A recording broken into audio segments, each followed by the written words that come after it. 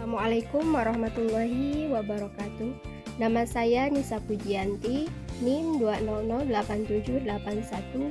Di sini saya akan menyampaikan materi mengenai sejarah sastra Indonesia. Sejarah sastra Indonesia. Ada angkatan tahun 20-an, angkatan Pujangga Baru, angkatan Chairil Anwar, angkatan tahun 50-an, angkatan tahun 60-an, angkatan tahun 70-an, angkatan tahun 80-an, dan angkatan reformasi atau angkatan tahun 2000.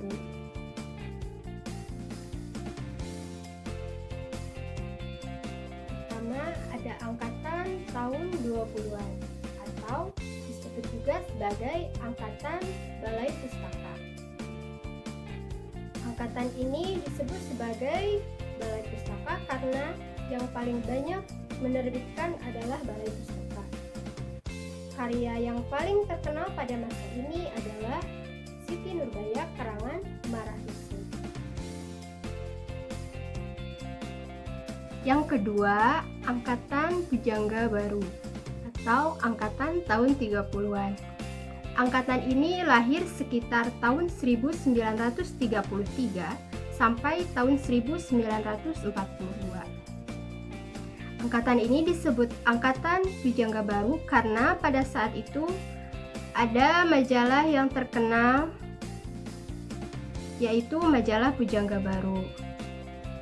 Angkatan ini bersifat dinamis, individualistis, dan tidak terikat tradisi.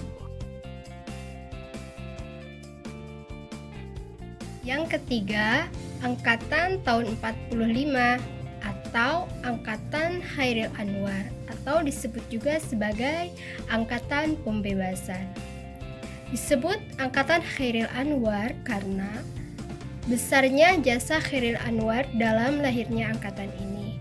Karya-karya sastra angkatan ini sangat berbeda dengan angkatan-angkatan sebelumnya. Ciri-cirinya antara lain bebas, individualistis, salistis, realistik, dan futuristik.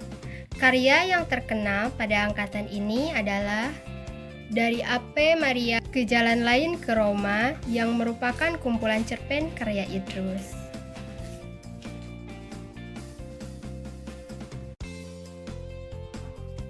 Yang keempat, angkatan tahun 50-an. Angkatan tahun 50-an pertama kali dilontarkan oleh W.S. Rendra pada akhir tahun 1953. Sikap budaya angkatan tahun 50-an merupakan sintesis dari dua sikap ekstrim mengenai konsep kebudayaan Indonesia. Pertama, kebudayaan Indonesia adalah puncak kebudayaan daerah, dan yang kedua, kebudayaan Indonesia adalah mendunia dan menampilkan kebudayaan daerah. Para sastrawan yang terkenal pada angkatan ini adalah Aji Prosidi, A.A. Napis, W.S. Rendra, Akhadiat. Yang kelima, angkatan tahun 60-an. Angkatan ini muncul pada saat keadaan politik Indonesia sedang kacau karena adanya gerakan teror dari Partai Komunis Indonesia. Karya sastra pada angkatan ini lebih banyak bersifat protes terhadap keadaan yang kacau pada masa itu. Beberapa karya sastra yang lahir pada angkatan ini adalah kumpulan puisi oleh Taufik Ismail yang berjudul Tirani, roman berjudul Pagar Kawat Berduri oleh Toha Muchtar, roman Pelabuhan Hati karya Titis Basino, dan lain-lain.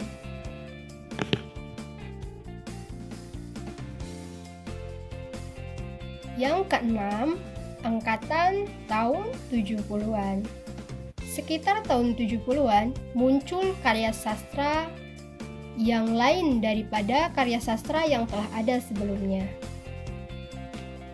Kebanyakan isinya tidak menekankan pada makna kata,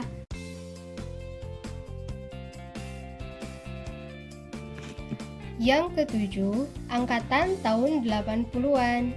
Karya sastra di Indonesia pada kurun waktu setelah tahun 1980 ditandai dengan banyaknya roman percintaan dengan sastrawan wanita yang menonjol pada masa tersebut, yaitu Marga T. Karya sastra Indonesia pada angkatan ini tersebar luas di berbagai majalah dan penerbitan umum.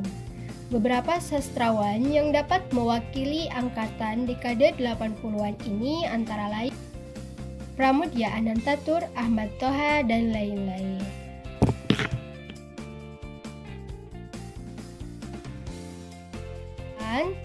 Adalah angkatan reformasi atau angkatan tahun 2000-an.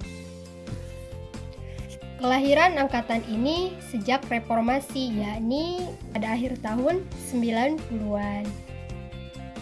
Angkatan ini ditandai dengan pengungkapan yang terus terang, tanpa basa-basi, lebih berani, tidak konvensional. Sastrawan angkatan ini diantaranya Ayu Utami, Andrea Hirata, dan masih banyak lagi. Sekian materi sejarah sastra Indonesia. Wassalamualaikum warahmatullahi wabarakatuh.